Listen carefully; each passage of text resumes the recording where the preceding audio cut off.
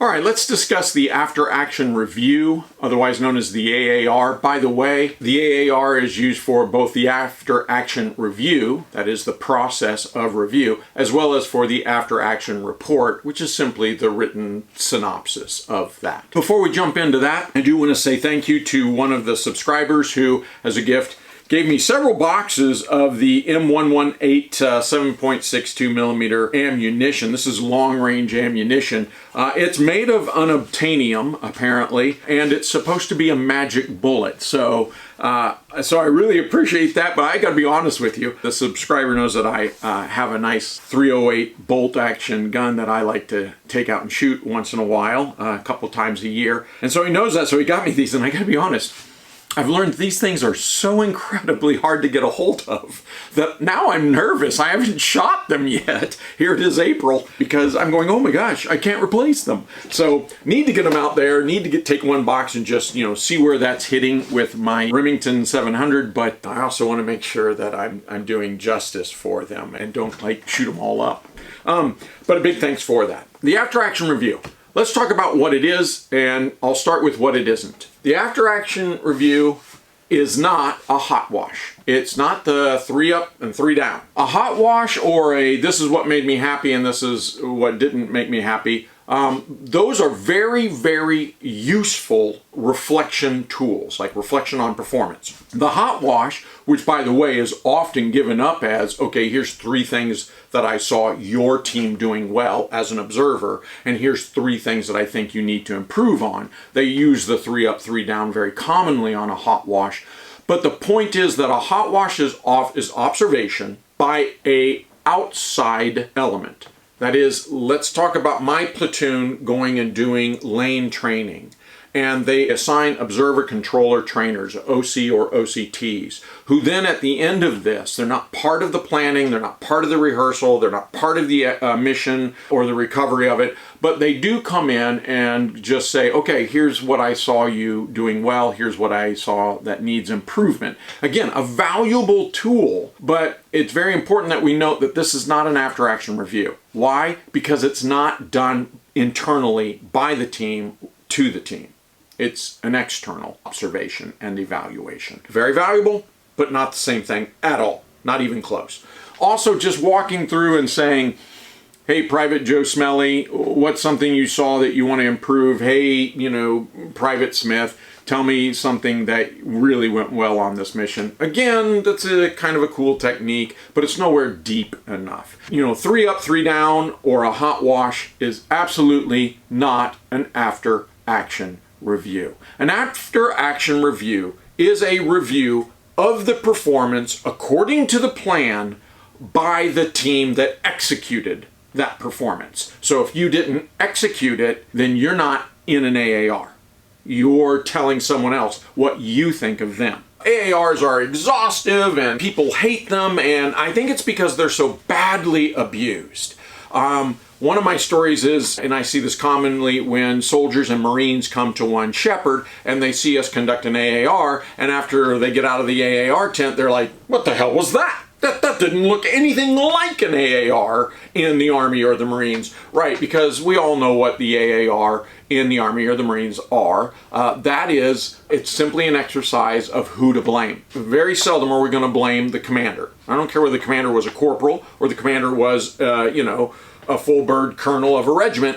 We are not going to blame the commander. What we're going to say is the commanders, the leaders all had the perfect plan, and the NCOs all managed that perfect plan, and then the privates all messed it up, and we just pass the buck down, and we find the scapegoat that we want to blame and save everybody's career, and then we move on, and nothing's learned. So that's a typical AAR in the military.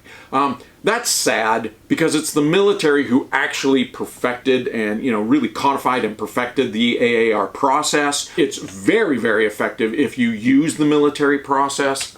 Too bad the military doesn't. So what is it? Well, it's a 4-step process. And for all of its complexities, it's actually quite simple. It is the plan, the performance, the issues, the fixes. And it can be done at many different levels. Like we can start at the squad and then go up to platoons and then go to companies and then go to the battalion for a battalion execution, right? We can look at all of it. We can say, well, the battalion also needs to have logistics look and do their own AAR, and then operations, S3 shop, do your AAR, as well as, like I said, each rifle company and platoon and squad. And this is cool. That's really, really neat. You get an exhaustive battalion mission with an exhaustive AAR that way. And that's what I mean by layers like onions. Everybody can get into it, but it gives the impression that it is this really complicated thing. And it's not. It has some very cool nuance that we're going to explore right now, but it's not complicated at all. It's the plan, the performance, the issues, the fix. Here's the trick. The plan is never the performance. If I draw a Venn diagram and I say, here was the mission plan, here was the actual performance, there's going to be an overlap. This is what we wanted to happen. This is what really happened. This is what stayed the same, but you can see that they're too far apart. And we say that's the gap.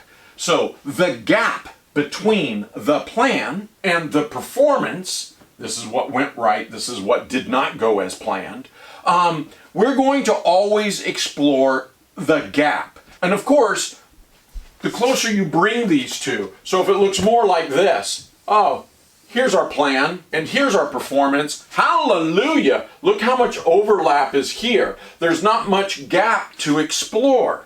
That's a good thing. But nonetheless, the effort of the after-action review is to explore the gap.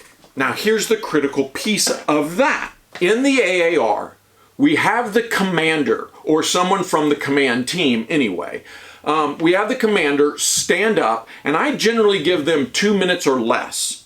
For a short mission, I give them 1 minute. But I don't want a 20-minute soliloquy on the plan. No, I'm already going to sleep. Forget it. Commander, stand up, and in your 2-minute elevator pitch, tell me the plan. And I never, if that commander does, and they all try to tell you, oh, while they're talking in their 2-minute plan, they're trying to start to go into performance, but you know, I wanted to do this, but stop, don't tell me the performance. Stick to the plan. What was the plan before you stepped off your line of departure? Never allow them to start talking about after the line of departure. Okay, well, the plan was this. 2 minutes later, I turn to the rest of the people in the AAR tent and I say, did that plan surprise anybody? Was any piece of this plan new? And that's a telling moment, because if you have people say, I didn't know that we were supposed to blah, blah, blah, right away, you've already got one of the issues. Communication. There was somehow a communication breakdown because Private Joe Smelly, or, you know, whatever Sergeant, you know, Humpty from, he didn't know. And so I'm going, whoa, come here, Lieutenant. Why did your squad leader not know that? But often the case, you know, people are pretty good at this. And often the case, I say, hey, did that surprise anybody? And everybody says, no, that didn't surprise me. That was the plan that we all knew. Now let's start talking about the performance. And you can do this chronologically, but we will be here forever if I have to recover every single minute of the mission by 34 different perspectives. More commonly, we do this chronologically to the first critical decision point. And that can be when the truck broke down. That can be right after, you know, we got up and left the SEALs halt. That can be, actions on contact. Whoa, the enemy bumped into us early. We didn't know they were coming from there. A firefight broke out. Great. Let's start talking about that. I'll let the command team talk at the end of the performance, but I really don't want to hear from them. I want to hear from the subordinate leaders, and I want to hear from the warriors that walked that fought, fight, and that executed that mission. I want to hear the performance from their perspective. Because again, I'm trying to get to a separation of what the plan was versus what the performance was, what I wanted to happen versus what really happened. Now, in doing that, you're going to invariably come up with the next two things. You're going to start seeing right away issues. That's an issue. Someone write that down. So Sergeant didn't even know that this part of the plan was, that was part of the communication plan. Okay, that's critical. thing right there. But then on our way to the seals halt, we had a truck breakdown that we had to just dump, and then everybody cross-load. Okay, well that's an issue there. What happened there? And then after the seals halt, we made enemy contact where we didn't expect to. Whoop, there's an issue. Let's talk about that. And each time we're going to write down those issues. Those are the issues. Those are problems. Are they always problems? No. It can also be things that went exceptionally well. Even better than you expected. Because, frankly, better than you expected sometimes gives us what's known as catastrophic success. It went so well, so quick, so smoothly, we didn't know what to do next. That's catastrophic success. But even if that's not what we're looking at, even if you're saying, no, this went really, really well, the truck broke down, and before I even knew it, Corporal so-and-so got us cross-loaded and everything, and we were moving, we almost lost no time, we say, whoa, he did that on the fly with no contingency plan? Talk to me about that. Okay, great. Let's sustain that. The issues can either be fixed or the issues can be sustained. Sustained means I don't need to improve that. Damn, that went well. Let's make sure we do it that way in the future as well. From the issues, we come up with fixes and sustains. By the way, it isn't a fix, or for that matter, a sustain, until it has two things. One, a due date, and two, a name. Let me say that again. You haven't identified a fix. Well, in the future, I guess we should take a spare set of batteries. Nope, that's not a fix. Well, in the future, I guess we should take a spare set of batteries. I'll put Corporal, who's-he-what's-it, and Corporal Who's-he-what's-it will actually determine a way that we're going to draw those extra batteries and carry those extra batteries, distribute those extra batteries. He'll give me that plan by close of business Friday. I've got a time, I've got a name, I've got a fix. In fact, maybe Corporal Who's-he-what's-it doesn't even know how to fix it yet, but I can still say, you're responsible for it. Find me a fix by close of business Friday. I still have a name and a time, so there's a fix. It's a due out, but it's still a fix. One of the things that we start to see here, there's a couple of things we start to see in an after-action review. One of the things we see is everything was roses. Nothing went wrong. I drew 2 circles and they were perfect. I'm saying, well, somebody's lying. I could not have done anything more brilliantly than that. Someone's lying to themselves. And they are protecting their ego, either professionally or just emotionally. But I'm like, nope, that's not true. That's not an honest inventory. Everything isn't perfect.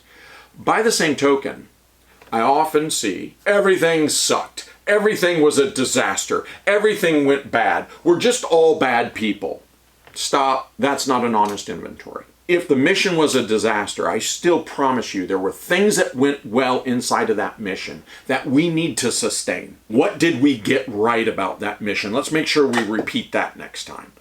Now, what did we get wrong about that mission? Let's make sure we fix that next time. And again, a fix takes a name and a deadline.